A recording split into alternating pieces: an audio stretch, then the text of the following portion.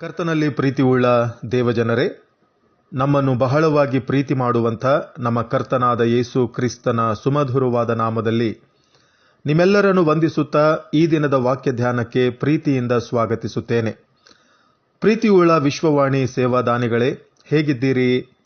ನೀವೆಲ್ಲರೂ ಕ್ಷೇಮದಿಂದಿರುವಿರೆಂದು ಕರ್ತನಲ್ಲಿ ನಾವು ನಂಬುತ್ತಾ ಅನುದಿನವೂ ನಿಮ್ಮೆಲ್ಲರ ಕ್ಷೇಮಕ್ಕಾಗಿ ಪ್ರಾರ್ಥಿಸುತ್ತಿರುವೆವು. ದೇವರು ತಾನೇ ನಿಮ್ಮನ್ನು, ನಿಮ್ಮ ಕುಟುಂಬ ಮಕ್ಕಳನ್ನು ಆಶೀರ್ವದಿಸಲಿ, ನಿಮ್ಮ ಅನ್ನಪಾನಗಳನ್ನು ಅಭಿವೃದ್ಧಿಪಡಿಸಲಿ, ನಿಮ್ಮ ಉದ್ಯೋಗ ವ್ಯವಹಾರಗಳಲ್ಲಿ, ಹೋಗೋಣ ಬರೋಣಗಳಲ್ಲಿ ಕರ್ತನು ತಾನೇ ನಿಮ್ಮೊಂದಿಗಿದ್ದು ನಿಮ್ಮನ್ನು ಕಾಯ್ದು ಕಾಪಾಡಲಿ. ತಂದೆಯಾದ ದೇವರಿಂದಲೂ ಕರ್ತನಾದ ಯೇಸು ಕ್ರಿಸ್ತನಿಂದಲೂ ನಿಮ್ಮೆಲ್ಲರಿಗೂ ಶುಭವೂ ಕೃಪೆಯೂ ಸಮಾಧಾನವೂ ಉಂಟಾಗಲಿ. ಪ್ರಿಯರೇ, ಇಲ್ಲಿಯವರೆಗೂ ಅಪೊಸ್ತಲನಾದ ಪೌಲನು ಫಿಲೆಮೋನನಿಗೆ ಬರೆದಂಥ ಪತ್ರಿಕೆಯನ್ನು ಧ್ಯಾನಿಸುತ್ತಾ ಅದರಲ್ಲಿ ಓನೇಸಿಮನ ಕುರಿತು ಅನೇಕ ಸಂಗತಿಗಳನ್ನು ಆಲೋಚನೆ ಮಾಡುತ್ತಾ ಬರುವಂತೆ ಕರ್ತನು ತಾನೇ ಸಹಾಯ ಮಾಡುತ್ತಾ ಬಂದಿರುತ್ತಾನೆ. ಈ ದಿನವೂ ಕೂಡ ನಮ್ಮ ಅಧ್ಯಯನವನ್ನು ಮುಂದುವರಿಸುತ್ತಾ ಈ ದಿನ ಇನ್ನೊಂದು ಸಂಗತಿಯ ಕುರಿತು ಆಲೋಚನೆ ಮಾಡೋಣ.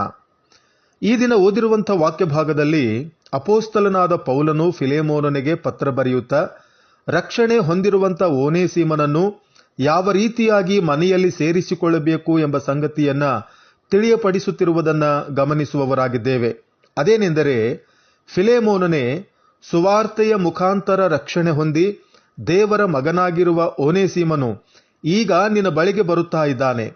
ನೀನು ಅವನನ್ನು ಹೇಗೆ ಸೇರಿಸಿಕೊಳ್ಳಬೇಕೆಂದರೆ, ನಾನು ನಿನ್ನ ಮನೆಗೆ ಬಂದಾಗ ನನ್ನನ್ನು ಹೇಗೆ ಸೇರಿಸಿಕೊಳ್ಳುತ್ತೀಯೋ ಅದೇ ಪ್ರಕಾರ ಓನೇಸಿಮನನ್ನು ಸೇರಿಸಿಕೊಳ್ಳಬೇಕು ಎಂಬುದಾಗಿ ಪೌಲನು ತನ್ನ ಪತ್ರದಲ್ಲಿ ತಿಳಿಸುತ್ತಿರುವನು. ನಾನು ನಿನ್ನ ಮನೆಗೆ ಬಂದಾಗ ನನಗೆ ಕಾಲು ತೊಳೆಯುವುದಕ್ಕಾಗಿ ನೀರು ಕೊಡುತ್ತೀಯಾ? ಓನೇಸಿಮ ಬಂದಾಗಲೂ ಅದನ್ನು ಮಾಡು. ನಾನು ನಿನ್ನ ಮನೆಗೆ ಬಂದಾಗ ಹಾರ ತುರಾಯಿಗಳ ಮೂಲಕ ನನ್ನನ್ನು ಸ್ವಾಗತ ಮಾಡುತ್ತೀಯಾ? ಓನೇಸಿಮ ಬಂದಾಗಲೂ ಅದನ್ನು ಮಾಡು. ನಾನು ನಿನ್ನ ಮನೆಗೆ ಬಂದಾಗ ಹಬ್ಬ ಮಾಡುತ್ತೀಯಾ? ಸಂಭ್ರಮ ಪಡುತ್ತೀಯಾ? ಓನೇಸಿಮ ಬಂದಾಗಲೂ ಅದನ್ನು ಮಾಡು. ನಾನು ನಿನ್ನ ಮನೆಗೆ ಬಂದಾಗ ನೀನು ಹೇಗೆ ನನ್ನನ್ನು ಸೇರಿಸಿಕೊಳ್ಳುತ್ತೀಯೋ, ಹೇಗೆ ಸಂಭ್ರಮಿಸುತ್ತೀಯೋ ಅದೇ ಪ್ರಕಾರ ಓನೇಸಿಮನು ಬಂದಾಗಲೂ ಅವನನ್ನು ಸೇರಿಸಿಕೊಳ್ಳಬೇಕು, ಅವನ ಆಗಮನದಲ್ಲಿ ಸಂಭ್ರಮಿಸಬೇಕು ಎಂಬುದಾಗಿ ಪೌಲನು ತನ್ನ ಪತ್ರಿಕೆಯಲ್ಲಿ ಫಿಲೆಮೋನನಿಗೆ ತಿಳಿಸುತ್ತಿರುವುದನ್ನು ಗಮನಿಸುವಂತವರಾಗಿದ್ದೇವೆ. ಪ್ರಿಯರೇ, ಇದು ಎಂಥ ಶ್ರೇಷ್ಠವಾದಂಥ ಸೌಭಾಗ್ಯವಲ್ಲವೇ? ಹೌದು, ಇದು ಶ್ರೇಷ್ಠವಾದಂಥ ಸೌಭಾಗ್ಯವೇ ಸರಿ. ಯಾವ ರೀತಿಯಾಗಿ ಆ ದಿನ ಫಿಲೆಮೋನನು ಓನೇಸಿಮನನ್ನು ಸೇರಿಸಿಕೊಳ್ಳಬೇಕು ಎಂಬುದಾಗಿ ಪೌಲನು ಆಜ್ಞಾಪಿಸಿದನೋ ಅದೇ ಪ್ರಕಾರ ದೇವರ ಮಕ್ಕಳಾದ ನಾವು ಕೂಡ ಒಂದು ದಿನ ಮರಣದ ಮುಖಾಂತರ ಈ ಲೋಕವನ್ನು ಬಿಟ್ಟು ಪರಲೋಕಕ್ಕೆ ದೇವರ ಮನೆಗೆ ಪ್ರವೇಶಿಸುವಾಗ ನಮ್ಮ ಕರ್ತನಾದ ಯೇಸು ಕ್ರಿಸ್ತನು ಕೂಡ ಅದೇ ರೀತಿಯಾಗಿ ವೈಭವದಿಂದ ಸಂಭ್ರಮದಿಂದ ಪರಲೋಕದ ತನ್ನ ನಿವಾಸದಲ್ಲಿ ನಮ್ಮನ್ನು ಸ್ವಾಗತಿಸುವವನಾಗಿದ್ದಾನೆ ಎಂಬುದಾಗಿ ದೇವರ ವಾಕ್ಯ ತಿಳಿಸುವಂತದ್ದಾಗಿದೆ. ಯಾಕೆಂದರೆ ದೇವರ ವಾಕ್ಯ ಹೇಳ್ತದೆ, ನಮ್ಮ ಕರ್ತನಾದಂಥ ದೇವರು ತನ್ನ ಭಕ್ತರ ಮರಣವನ್ನು ಅಲ್ಪವೆಂದು ಎಣಿಸುವುದಿಲ್ಲ ಎಂಬುದಾಗಿ. ಆದುದರಿಂದ ಅಪೊಸ್ತಲರ ಕೃತ್ಯಗಳು 7ನೇ ಅಧ್ಯಾಯ 56ನೇ ವಚನದಲ್ಲಿ ಒಂದು ವೇಳೆ ಗಮನಿಸುವುದಾದರೆ, ಸ್ಟೆಫನನು ಕಲ್ಲೆಸೆದು ಕೊಲ್ಲಲ್ಪಡುವಂಥ ಸಮಯದಲ್ಲಿ ಆಕಾಶವು ತೆರೆದಿರುವುದನ್ನು, ಮನುಷ್ಯ ಕುಮಾರನು ಅಂದರೆ ನಮ್ಮ ಕರ್ತನಾದ ಯೇಸು ಕ್ರಿಸ್ತನು ತಂದೆಯಾದ ದೇವರ ಬಲಗಡಿಯಲ್ಲಿ ನಿಂತಿರುವುದನ್ನು ಸ್ಟೆಫನನು ಕಂಡನು ಎಂಬುದಾಗಿ ದೇವರ ವಾಕ್ಯ ನಮಗೆ ತಿಳಿಸುವಂತದ್ದಾಗಿದೆ. ಪ್ರಿಯರೇ, ಇಬ್ರಿಯರಿಗೆ ಬರೆದ ಪತ್ರಿಕೆ 1ನೇ ಅಧ್ಯಾಯ 3ನೇ ವಚನದ ಪ್ರಕಾರ ವಾಸ್ತವವಾಗಿ ನಮ್ಮ ಕರ್ತನಾದ ಯೇಸು ಕ್ರಿಸ್ತನು ಪಾಪ ವಿಶುದ್ಧಿ ಮಾಡಿದ ಮೇಲೆ ತಂದೆಯಾದ ದೇವರ ಬಲಗಡಿಯಲ್ಲಿ ಕೂತುಕೊಂಡಿದ್ದಾನೆ ಎಂಬುದಾಗಿ ದೇವರ ವಾಕ್ಯ ತಿಳಿಸುತ್ತದೆ. ಆದರೆ ಸ್ಟೆಫನನು ಕೊಲ್ಲಲ್ಪಡುವಾಗ ಆಕಾಶವು ತೆರೆದಿರುವುದನ್ನು, ನಮ್ಮ ಕರ್ತನಾದ ಯೇಸು ಕ್ರಿಸ್ತನು ತಂದೆಯ ಬಲಗಡಿಯಲ್ಲಿ ನಿಂತಿರುವುದನ್ನು ಸ್ಟೆಫನನು ಕಂಡನು ಎಂಬುದಾಗಿ ದೇವರ ವಾಕ್ಯದಲ್ಲಿ ಒಂದು ವೇಳೆ ತಿಳಿಸುವುದಾದರೆ, ಹಾಗಾದರೆ ನಮ್ಮ ಕರ್ತನಾದ ಯೇಸು ಕ್ರಿಸ್ತನು ಯಾಕೆ ನಿಂತಿದ್ದನು ಎಂಬುದಾಗಿ ಒಂದು ವೇಳೆ ನಾವು ಆಲೋಚನೆ ಮಾಡುವಾಗ ಬೇರೇನೂ ಅಲ್ಲ ಪ್ರಿಯರೇ, ಇನ್ನೇನು ತನ್ನ ಮಗನಾದಂಥ ಸ್ಟೆಫನನು ರಕ್ತ ಸಾಕ್ಷಿಯಾಗಿ ಮರಣಿಸಿ ದೇವರ ಮನೆಗೆ ಮರಳಿ ಬರುತ್ತಾ ಇರುವಂತ ಸಂದರ್ಭ. ಆ ಸಂದರ್ಭದಲ್ಲಿ ಸ್ಟೆಫನನನ್ನ ಸ್ವಾಗತಿಸುವುದಕ್ಕೋಸ್ಕರವಾಗಿ ಸೃಷ್ಟಿಕರ್ತನಾದಂಥ ಯೇಸು ಕ್ರಿಸ್ತನು ಎದ್ದು ನಿಂತು ತನ್ನ ಮಗನನ್ನು ಸ್ವಾಗತಿಸಿಕೊಳ್ಳುವಂಥದನ್ನ ಈ ವಾಕ್ಯ ಭಾಗದಲ್ಲಿ ಕಾಣುವಂತವರಾಗಿದ್ದೇವೆ. ಇದು ಎಂಥ ಸೌಭಾಗ್ಯವಲ್ಲವೇ? ಹೌದು, ಇದು ಸೌಭಾಗ್ಯವೇ ಸ್ವರಿ.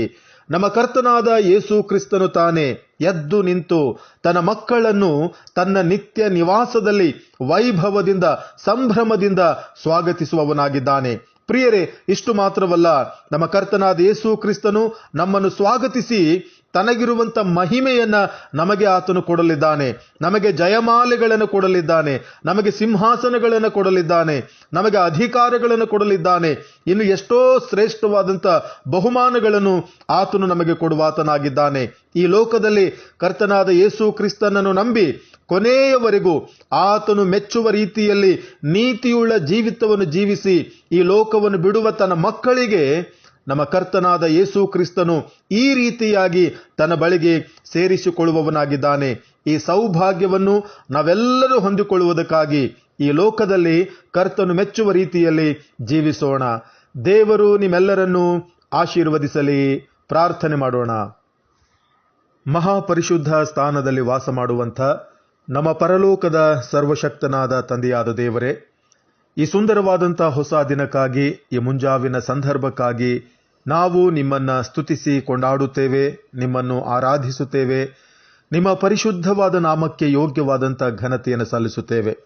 ಹೌದು ಸ್ವಾಮಿ, ಆ ದಿನ ರಕ್ಷಣೆ ಹೊಂದಿರುವಂಥ ಓನೇಸೀಮನು ಮರಳಿ ತನ್ನ ಯಜಮಾನನ ಮನೆಗೆ ಬರುವಾಗ ಯಾವ ರೀತಿಯಾಗಿ ಅವನಿಗೆ ಸೇರಿಸಿಕೊಳ್ಳಬೇಕೆನ್ನುವಂಥ ವಿಷಯವನ್ನ ಪೌಲನು ತನ್ನ ಪತ್ರದಲ್ಲಿ ತಿಳಿಸಿರುವನು.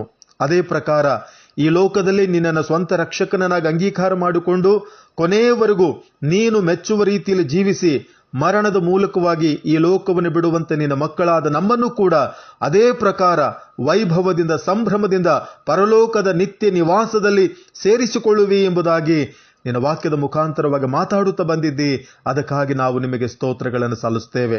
ಹೌದು ಕರ್ತನೆ, ಒಂದು ದಿನ ಆ ನಿತ್ಯ ನಿವಾಸವನ್ನ ನಾವು ಪ್ರವೇಶಿಸುವಾಗ ಶಾಶ್ವತವಾಗಿ ನಮ್ಮ ಕಣ್ಣೀರನ್ನು ಒರೆಸಿಬಿಟ್ಟು ನಮ್ಮ ಕಷ್ಟಗಳನ್ನು ತೀರಿಸಿ ನಿನ್ನೊಂದಿಗೆ ನಿತ್ಯವಾದ ಮಹಿಮೆಯಲ್ಲಿ ಜೀವಿಸುವಂತ ಕೃಪೆಯನ್ನ ನಮಗೆ ಅನುಗ್ರಹಿಸುವಂತ ದೇವರಾಗಿದ್ದಿ. ಅದಕ್ಕಾಗಿ ನಿನಗೆ ಸ್ತೋತ್ರಗಳನ್ನು ಸಲ್ಲಿಸುತ್ತೇವೆ. ಆದುದರಿಂದ ಈ ವಾಕ್ಯಗಳನ್ನು ಕೇಳಿಸಿಕೊಳ್ಳುತ್ತಿರುವಂತ ನಾವೆಲ್ಲರೂ ಸ್ವಾಮಿ, ಈ ಲೋಕದಲ್ಲಿ ಕೊನೆಯವರೆಗೂ ನೀನು ಮೆಚ್ಚುವಂತ ಕಾರ್ಯಗಳನ್ನು ಮಾಡಿ ಒಂದು ದಿನ ನಿನ್ನ ಮುಂದೆ ನಿಂತಾಗ ಬಲ ನಂಬಿಗಸ್ತನಾದ ಒಳ್ಳೆ ಆಳು ನೀನು ಎನ್ನುವಂತ ಮಾತನ್ನು ಕೇಳಿಸಿಕೊಳ್ಳುವುದಕ್ಕೆ ಶಕ್ತರಾಗುವುದಕ್ಕೆ ಸಹಾಯ ಮಾಡೆಂಬುದಾಗಿ ನಾವು ಪ್ರಾರ್ಥಿಸುತ್ತೇವೆ. ಮತ್ತೊಮ್ಮೆ ಸ್ವಾಮಿ, ಈ ದಿನದ ನಮ್ಮೆಲ್ಲ ಸೇವಾ ಕಾರ್ಯಗಳನ್ನ ನಿನ್ನ ಕರಗಳಲ್ಲಿ ಒಪ್ಪಿಸಿಕೊಡುತ್ತೇವೆ. ನಮ್ಮ ಸೇವಕರ ಪ್ರಯಾಣಗಳನ್ನ ಆಶೀರ್ವಾದ ಮಾಡು. ಈ ದಿನ ಸಂಧಿಸುವಂತ ಒಂದೊಂದು ಕುಟುಂಬಗಳನ್ನ, ಗ್ರಾಮಗಳನ್ನ, ವ್ಯಕ್ತಿಗಳನ್ನ ಆಶೀರ್ವದಿಸು. ಈ ದಿನ ಸಾರಲ್ಪಡುವಂತೆ ನಿನ್ನ ವಾಕ್ಯ ಕೇಳುವಂತವರ ಜೀವಿತವನ್ನ ರಕ್ಷಣೆಗೆ ನಡೆಸಲಿಕ್ಕಾಗುವಂತೆ ನಿನ್ನ ಕೃಪೆಯನ್ನು ದಯಪಾಲಿಸು. ಸೇವೆಗೆ ವಿರುದ್ಧವಾಗಿ ಬರುವಂತ ಎಲ್ಲ ಹೋರಾಟಗಳನ್ನ